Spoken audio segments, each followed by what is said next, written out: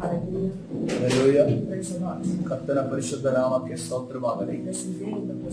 ಕರ್ತನ ಸನ್ನಿಧಾನದಲ್ಲಿ ಆಶೀರ್ವದಿಸಲ್ಪಟ್ಟಂತ ಆತನ ಸಾನ್ನಿಧ್ಯದಲ್ಲಿ ನಾವು ಕೂಡಿ ಬಂದಿದ್ದೇವೆ. ಈ ಸಮಯದಲ್ಲಿ ನಮ್ಮ ಸತ್ಯವೇದವನ್ನ ಅರಣ್ಯಕಾಂಡ 7ನೇ ಅಧ್ಯಾಯ 48ನೇ ವಚನಕ್ಕೆ ನಮ್ಮ ಸತ್ಯವೇದವನ್ನು ತಿರುಗಿಸೋಣ.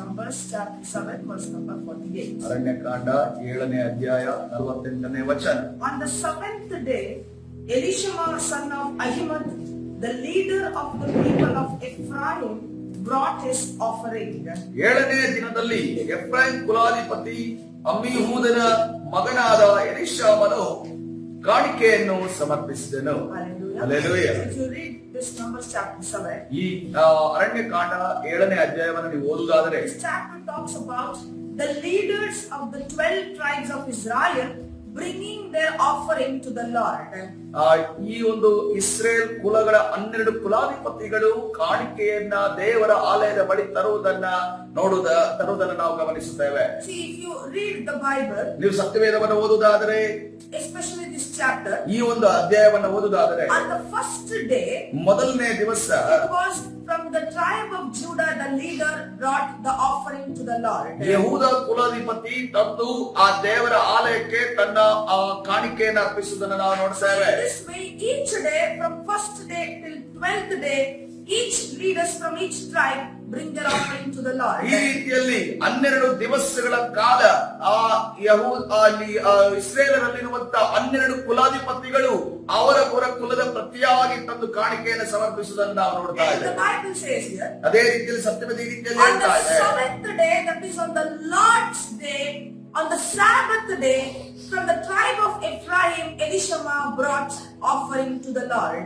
7ನೇ ದಿವಸ ಎಫ್ರಾಯೀಮ್ ಕುಲಾಧಿಪತಿ ಅಮ್ಮೀಹೂದನ ಮಗನಾದ ಎಲೀಷಾಮನು ಕಾಣಿಕೆಯನ್ನು ತನ್ನ ಸಬ್ಬತ್ ದಿನದಲ್ಲಿ ತಂದು ಅರ್ಪಿಸುವುದನ್ನು ನಾವು ನೋಡ್ತಾ So ಇದ್ದೇವೆ. it was on the Lord's day he is bringing the offering to the Lord. ಅದು ಕರ್ತನ ದಿನ ಆತನು ಕಾಣಿಕೆಯನ್ನ ತಂದು ಅರ್ಪಿಸುವುದನ್ನು ನಾವು ನೋಡ್ತಾ So ಇದ್ದೇವೆ. money, it plays an important role in our day-to-day life. ನಮ್ಮ ಪ್ರತಿದಿನದ ಜೀವಿತದಲ್ಲಿ, ಅನುದಿನದ ಜೀವಿತದಲ್ಲಿ ಹಣ ಅನ್ನೋದು ಅದು ಬಹಳ ಒಂದು ದೊಡ್ಡ ಒಂದು ಪಾತ್ರವನ್ನು So ವಹಿಸುವಂತದ್ದಾಗಿದೆ. the way we use our money, the way you use your money tells what you are. ನಮ್ಮ ಹಣವನ್ನ ನಾವು ಯಾವ ರೀತಿಯಲ್ಲಿ ಉಪಯೋಗಿಸುತ್ತೇವೆ ಅಥವಾ ನಾವು ಯಾವ ರೀತಿಯಲ್ಲಿ ಉಪಯೋಗಿಸ್ತೇವೆ, ನೀವು ಯಾವ ರೀತಿಯಲ್ಲಿ ಉಪಯೋಗಿಸ್ತೀರಾ, ಅದು ನಿಮ್ಮ ವ್ಯಕ್ತಿತ್ವವನ್ನ ಹೊರಗಡೆ See, ತೋರಿಸುತ್ತದೆ. the way you use money, it can talk a lot about yourself. ನೀವು ಯಾವ ರೀತಿಯಲ್ಲಿ ನಿಮ್ಮ ಹಣವನ್ನು ಉಪಯೋಗಿಸಿದ್ದೀರೋ ಅದು ನಿಮ್ಮ ಬಗ್ಗೆ, ನಿಮ್ಮ ಒಂದು ವ್ಯಕ್ತಿತ್ವದ ಬಗ್ಗೆ ಮಾತನಾಡುತ್ತದೆ. Is that money important to God? ಅಷ್ಟು ಮುಖ್ಯತ್ವದ ಒಂದು ಹಣ ಅನ್ನೋದು ದೇವರ ದೃಷ್ಟಿಯಲ್ಲಿ ಎಂಬುದು ಈ ಪ್ರಶ್ನೆ. The way we use it can define your character. ನಾವು ಯಾವ ರೀತಿಯಲ್ಲಿ ನಮ್ಮ ಹಣವನ್ನು ಉಪಯೋಗಿಸುತ್ತೇವೆ ಅದು ನಮ್ಮ ವ್ಯಕ್ತಿತ್ವವನ್ನ, ನಡತೆಯನ್ನ ಹೊರಗಡೆ ತೋರಿಸುವಂತದ್ದಾಗಿದೆ.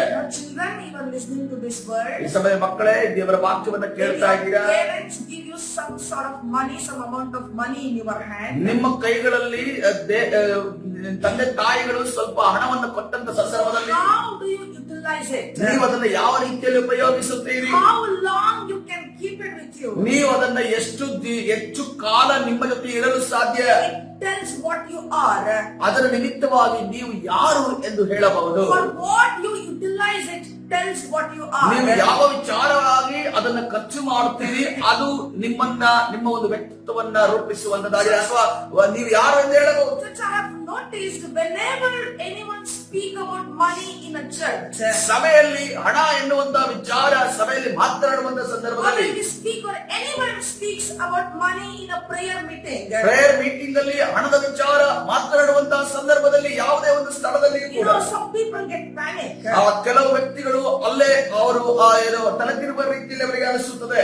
They get, they criticize people. ಅವರು ಜನರನ್ನ ವಿರೋಧವಾಗಿ ಮಾತನಾಡುತ್ತಾರೆ. When anyone speaks of money, they get offended. ಹಣದ ವಿಚಾರವಾಗಿ ಮಾತನಾಡುವ ವಿರೋಧತೆ ಬರುತ್ತದೆ ಮತ್ತು ಬೇಸರಗೊಳ್ಳುತ್ತಾರೆ. They get vehemently criticize people even to the extent of judging them. ಅವರನ್ನ ತೀರ್ಪು ಮಾಡುವ ರೀತಿಯಲ್ಲಿ ವಿರೋಧವಾಗಿ ಮಾತನಾಡುವ ಮಟ್ಟಕ್ಕೆ ಇಳಿಯುತ್ತಾರೆ.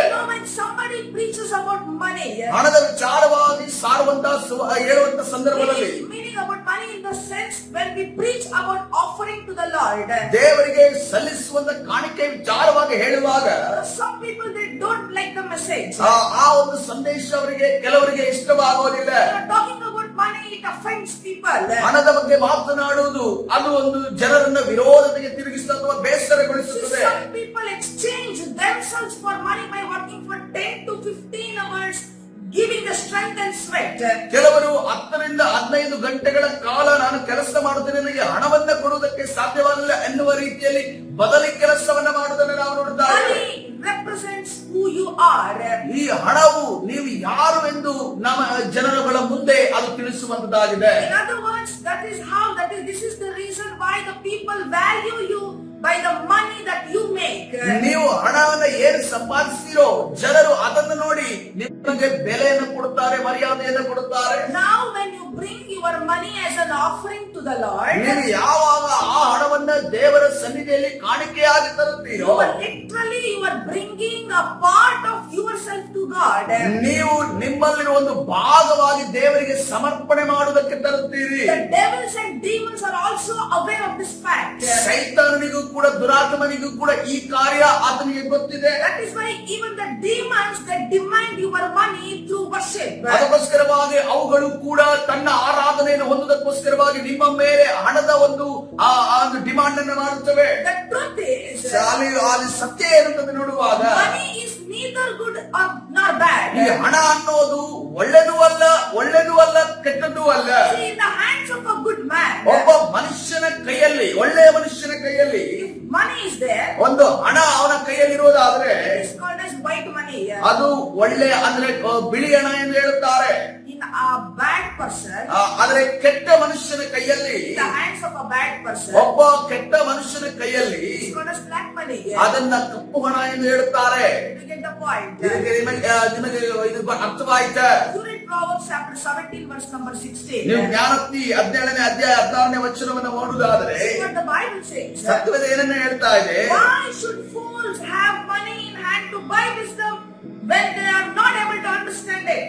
ಜ್ಞಾನವನ್ನು ಕೊಳ್ಳಲು ಮೂಢನ ಕೈಯಲ್ಲಿ ಹಣವೇಕೆ, ಅವನಿಗೆ ಬುದ್ಧಿಯೇ ಇಲ್ಲವಲ್ಲ.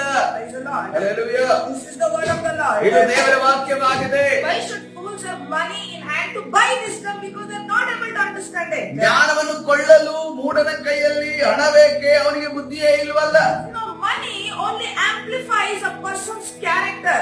ಹಣ ಅನ್ನೋದು ಒಬ್ಬ ವ್ಯಕ್ತಿಯ ವ್ಯಕ್ತಿತ್ವವನ್ನು ವೃದ್ಧಿಸುತ್ತದೆ. See, for example, ಉದಾಹರಣೆಯನ್ನು ನೋಡುವಾಗ think like this, you have a certain bad habit ಈ ರೀತಿಯಲ್ಲಿ ಆಲೋಚನೆ ಮಾಡಿದ್ರೆ ನಿಮಗೆ ಒಂದು ಕೆಟ್ಟ ಅಭ್ಯಾಸ ಇದೆ, and you have lots of money. ಅದೇ ರೀತಿಯಲ್ಲಿ ನಿಮಗೆ ಹೆಚ್ಚಾದ ಹಣ ಕೂಡ ನಿಮ್ಮ ಕೈಯಲ್ಲಿ ಇದೆ. You have a bad habit ನಿಮಗೆ ಕೆಟ್ಟ ಅಭ್ಯಾಸ and ಇದೆ, you have lots of money. ಅದೇ ರೀತಿಯಲ್ಲಿ ಹೆಚ್ಚಾದ ಹಣವೂ ಇದೆ. So what you will do? ನೀವು ಏನನ್ನು You ಮಾಡುತ್ತೀರಿ? will spend more of your money doing more of that bad habit. ಆ ಒಂದು ಕೆಟ್ಟ ಅಭ್ಯಾಸವನ್ನ ನೀವು ನಿಭಾಯಿಸೋದಕ್ಕೋಸ್ಕರ ಮತ್ತು ಅದನ್ನ ಮಾಡೋದಕ್ಕೋಸ್ಕರ ಹೆಚ್ಚಾದ ಹಣವನ್ನ ಅದಕ್ಕೆ ಖರ್ಚು So ಮಾಡ್ತೀರಿ. money simply amplifies the bad habit. ಮನುಷ್ಯ ಹಣ ಅನ್ನೋದು ಅಲ್ಲಿ ಆ ಒಂದು ಮನುಷ್ಯನ ಕೆಟ್ಟ ಅಭ್ಯಾಸವನ್ನು ಇನ್ನೂ ಹೆಚ್ಚಾಗಿ ಮಾಡುವಂತೆ It ಮಾಡುತ್ತದೆ. amplifies the character of a person. ಅದು ಒಬ್ಬ ವ್ಯಕ್ತಿಯ ವ್ಯಕ್ತಿತ್ವವನ್ನ ಅಲ್ಲಿ ಕಾಣುವುದನ್ನು ನಾವು ಗಮನಿಸುತ್ತೇವೆ. But what about Mother Teresa? ಆದ್ರೆ ಮದರ್ ತೆರೇಸಾ ಅವರ ಕಥೆ ಏನು? She used money to serve the poor and the destitute.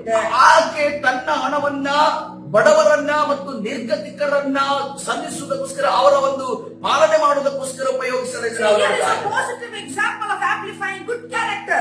ಇಲ್ಲಿ ನಾವು ಸಕಾರಾತ್ಮಕವಾಗಿ ಹಣವನ್ನ ಉಪಯೋಗಿಸಿ ತನ್ನ ವ್ಯಕ್ತಿತ್ವವನ್ನು ತೋರಿಸಿದಂತ ಉದಾಹರಣೆಯನ್ನು ನಾವು ನೋಡ್ತಾ ಇದ್ದೇವೆ. See, money, it reveals character of a person. ಹಣ ಅನ್ನೋದು ಒಬ್ಬ ವ್ಯಕ್ತಿಯ ಒಂದು ವ್ಯಕ್ತಿತ್ವವನ್ನ ತಿಳಿಸುತ್ತದೆ. Money, it brings out the inner thoughts of a man's heart. ಹಣ ಅನ್ನೋದು ಒಬ್ಬ ಮನುಷ್ಯನ ಒಳಗಡೆ ಇರುವಂತ ಒಳಗಡೆ ಆಲೋಚನೆಗಳನ್ನು ನಮಗೆ ನಮ್ಮ ಮುಂದೆ ತರುತ್ತದೆ. Have you seen people in this world? ಈ ಲೋಕದಲ್ಲಿ ಕೆಲವು ಜನರನ್ನು ನೀವು ನೋಡಿದ್ದೀರಾ? You have told about certain people like this. ನೀವು ಕೂಡ ಅಂತ ಒಂದು ವ್ಯಕ್ತಿಗಳ ಬಗ್ಗೆ ಮಾತನಾಡಿರಬಹುದು, ಹೇಳಿರಬಹುದು. Before she was very poor. ಆಕೆ ಮೊದಲು ಬಹಳ ಬಡವಿಯಾಗಿದ್ದಳು, She was very humble. ಆಕೆ ಬಹಳ ಧೀರತೆ ಉಳ್ಳವಳಾಗಿದ್ದಳು. Now today she has become rich. ಈಗ ಆಕೆ ಐಶ್ವರ್ಯವಂತಳಾಗಿದ್ದಾಳೆ. Look at her attitude. ಆಕೆ ಒಂದು ಸ್ವಭಾವವನ್ನು ನೋಡ್ರಿ. See, money can change people, it can change attitude, it can change character. ಹಣ ಅನ್ನೋದು ಒಬ್ಬ ವ್ಯಕ್ತಿಯ ವ್ಯಕ್ತಿತ್ವವನ್ನ ನಡತೆಯನ್ನ ಬದಲಾಯಿಸುತ್ತದೆ. Praise the Lord. Hallelujah. Today, ಇವತ್ತಿನ ದಿವಸ God is speaking to you. ದೇವರು ನಿಮ್ಮ ಜೊತೆ ಮಾತನಾಡುತ್ತಿದ್ದಾರೆ. Make a decision to use your finances properly. ನಿಮ್ಮ ಹಣವನ್ನ ಸರಿಯಾದ ರೀತಿಯಲ್ಲಿ ಉಪಯೋಗಿಸುವುದಕ್ಕೋಸ್ಕರವಾಗಿ ನಿರ್ಧಾರವನ್ನ ಕೈಗೊಳ್ಳಿರಿ. Use your money wisely. ನಿಮ್ಮ ಹಣವನ್ನ ಬಹಳ ಬುದ್ಧಿವಂತಿಕೆಯಿಂದ ಉಪಯೋಗಿಸಿರಿ. Support your aged parents. ನಿಮ್ಮ ವಯಸ್ಸಾಗಿರುವಂತ ನಿಮ್ಮ ತಂದೆ ತಾಯಿಗಳಿಗೆ ನೀವು ಬೆಂಬಲವಾಗಿ ನಿಲ್ಲಿರಿ. Support the work of God by giving offering to the Lord. ದೇವರ ಒಂದು ಕೆಲಸಕ್ಕಾಗಿ ದೇವರ ಸೇವೆಗಾಗಿ ಬೆಂಬಲವಾಗಿ ನಿಂತು ನೀವು ಆ ಕಾಣಿಕೆಯನ್ನು ಸಮರ್ಪಿಸುವವರಾಗಿರಿ. Use your money to help the widow and the poor people. ವಿಧವೆಯರನ್ನ ಮತ್ತು ಬಡವರನ್ನ ನೀವು ಸಹಾಯ ಮಾಡುವುದಕ್ಕೋಸ್ಕರವಾಗಿ ನಿಮ್ಮ ಹಣವನ್ನ ನೀವು ಉಪಯೋಗಿಸಿರಿ. In this way, your money will glorify the Lord. ಈ ರೀತಿಯಲ್ಲಿ ನಿಮ್ಮ ಬಳಿ ಇರುವಂತಹ ಹಣ ದೇವರನ್ನ ಮಹಿಮೆ ಪಡಿಸುವಂತದ್ದಾಗಿದೆ. If you read Proverbs chapter 3 verse number 9, ನೀವು ಜ್ಞಾನೋಕ್ತಿ 3ನೇ ಅಧ್ಯಾಯ 9ನೇ ವಚನವನ್ನು ಓದುವುದಾದರೆ look what the Bible says. ಸತ್ಯವೇದ ಏನನ್ನು ಹೇಳ್ತಾ ಇದೆ? Honor the Lord with your wealth, with the first fruits of all your crops. ನಿನ್ನ ಆದಾಯದಿಂದಲೂ ಬೆಳೆಯ ಪ್ರಥಮ ಫಲದಿಂದಲೂ ಯೆಹೋವನನ್ನು ಸನ್ಮಾನಿಸು. Hallelujah. Just thank God for the financial blessings that God has given you today. ದೇವರು ನಿಮಗೆ ಇವತ್ತಿನ ದಿವಸದಲ್ಲಿ ಕೊಟ್ಟಿರುವಂತಹ ಆರ್ಥಿಕವಾದ ಆಶೀರ್ವಾದಕ್ಕಾಗಿ ದೇವರಿಗೆ ಸ್ತೋತ್ರ ಮಾಡಿರಿ. Use your finances properly. ನಿಮ್ಮ ಒಂದು ಆರ್ಥಿಕ ಒಂದು ವಿಚಾರವನ್ನ ಹಣಕಾಸುಗಳನ್ನ ನೀವು ಬಹಳ ಜೋಪಾನವಾಗಿ ಉಪಯೋಗಿಸಿರಿ. When you give your financial offering towards God's work, ನೀವು ದೇವರ ಕೆಲಸವನ್ನು ಮಾಡುವುದಕ್ಕೋಸ್ಕರವಾಗಿ ನಿಮ್ಮ ಹಣವನ್ನು ಯಾವಾಗ ವ್ಯಯ ಮಾಡುತ್ತೀರೋ God will pour out blessings upon you. ದೇವರು ಆಶೀರ್ವಾದವನ್ನ ನಿಮ್ಮ ಮೇಲೆಯೂ ನಿಮ್ಮ ಕುಟುಂಬ ಮೇಲೆಯೂ And He ಸುರಿಯುತ್ತಾನೆ. will multiply what you have sowed into the Lord's kingdom. ಅದೇ ರೀತಿ ದೇವರ ರಾಜ್ಯಕ್ಕೆ ನೀವು ಏನನ್ನ ಬಿತ್ತುತ್ತೀರೋ ಅದನ್ನು ಅಭಿವೃದ್ಧಿಗೊಳಿಸುವ ಆತನಾಗಿದ್ದಾನೆ. Hallelujah. Hallelujah. Today's message. ಇವತ್ತಿನ ದಿವಸದ ಸಂದೇಶ, Money amplifies your character. ಹಣ ಅನ್ನೋದು ಒಬ್ಬ ವ್ಯಕ್ತಿಯ ವ್ಯಕ್ತಿತ್ವವನ್ನ ನಮಗೆ ತಿಳಿಸಿಕೊಡುವಂತದ್ದಾಗಿದೆ, ಅದು ರೂಪಿಸುವಂತದ್ದಾಗಿದೆ. Use it wisely. ನೀವು ಬಹಳ ಜೋಪಾನವಾಗಿ ಅದನ್ನು ಉಪಯೋಗಿಸಿರಿ. The blessings of God. ದೇವರಿಂದ ಆ ಆಶೀರ್ವಾದವನ್ನ ಹೊಂದಿಕೊಳ್ಳುವವರಾಗಿರ್ರಿ. Hallelujah. Hallelujah. God bless everyone according to this word of God. ದೇವರ ಈ ವಾಕ್ಯದ ಪ್ರಕಾರವಾಗಿ ದೇವರು ನಿಮ್ಮನ್ನ ಆಶೀರ್ವದಿಸಿದಾಗಲಿ. The Proverbs chapter 17 verse number 16. ಜ್ಞಾನೋಕ್ತಿ 17ನೇ ಅಧ್ಯಾಯ 16ನೇ ವಚನ. And Proverbs chapter 3 verse number 9. ಅದರಂತೆ ಜ್ಞಾನೋಕ್ತಿ ಪುಸ್ತಕ 3ನೇ ಅಧ್ಯಾಯ 9ನೇ ವಚನದ ಪ್ರಕಾರವಾಗಿ ದೇವರು ನಿಮ್ಮನ್ನೆಲ್ಲರನ್ನ ಆಶೀರ್ವದಿಸಿದ್ದಾರೆ. ಪರಿಶುದ್ಧ ನಾಮಕ್ಕೆ ಸ್ತೋತ್ರವಾಗಿ ಪ್ರಾರ್ಥನೆ ಮಾಡಿಕೊಳ್ಳೋಣ. ಪರಿಶುದ್ಧನಾದ ದೇವರೇ, ನಿನ್ನ ನಾಮಕ್ಕೆ ಸ್ತೋತ್ರವಾಗಲಿ. ಈ ಒಳ್ಳೆಯ ಸಮಯಕ್ಕಾಗಿ ನಿನಗೆ ಸ್ತೋತ್ರ ಯೇಸಪ್ಪ. ಈ ಬೆಳಗಿನ ಜಾವದಲ್ಲಿ ನಿನ್ನ ಸಾನ್ನಿಧ್ಯದಲ್ಲಿ ಸೇರಿ ಬರುವುದಕ್ಕೆ ಕೊಟ್ಟಂತ ಕೃಪೆಗಾಗಿ ಸ್ತೋತ್ರ ಯೇಸುವೆ.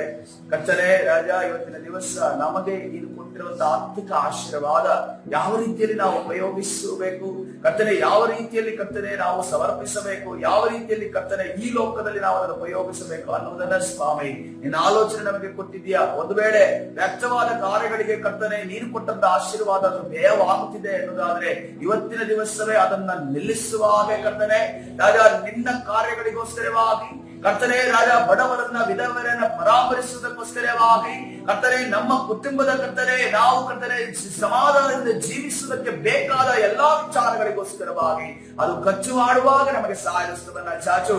ನಮ್ಮ ವಿರುದ್ಧವಾಗಿ ಕರ್ತನೆ ಸುಮ್ಮನೆ ನಮ್ಮ ಹಣವನ್ನ ಕರ್ತನೆ ರಾಜ, ಸಾಲಗಳಿಗಾಗಲಿ ಕರ್ತನೆ ಹೊರೆಗಳಿಗಾಗಲಿ ನಾವು ಕರ್ತನೆ ತೊಡಗಿಸುವಂತೆ ಮಾಡುವಂತ ಎಲ್ಲಾ ಸೈತಾನನ ಕಾರ್ಯಗಳನ್ನ ನಜರೇತಿನ ಯೇಸುವಿನ ನಾಮದಲ್ಲಿ ಬಂಧಿಸಿ ಮುರಿದಾಟ ಬಿಡುಗಡೆ ಉಂಟು ಮಾಡಿ ನಿನ್ನ ನಡೆಸು. ಕರ್ತನಾದ ಯೇಸು ಸ್ವಾಮಿ ಹೆಸರಲ್ಲಿ ಪ್ರಾರ್ಥಿಸಿ ಹೊಂದಿಕೊಳ್ತೇನೆ ಜೀವವುಳ್ಳ ತಂದೆ. ಆಮೆನ್.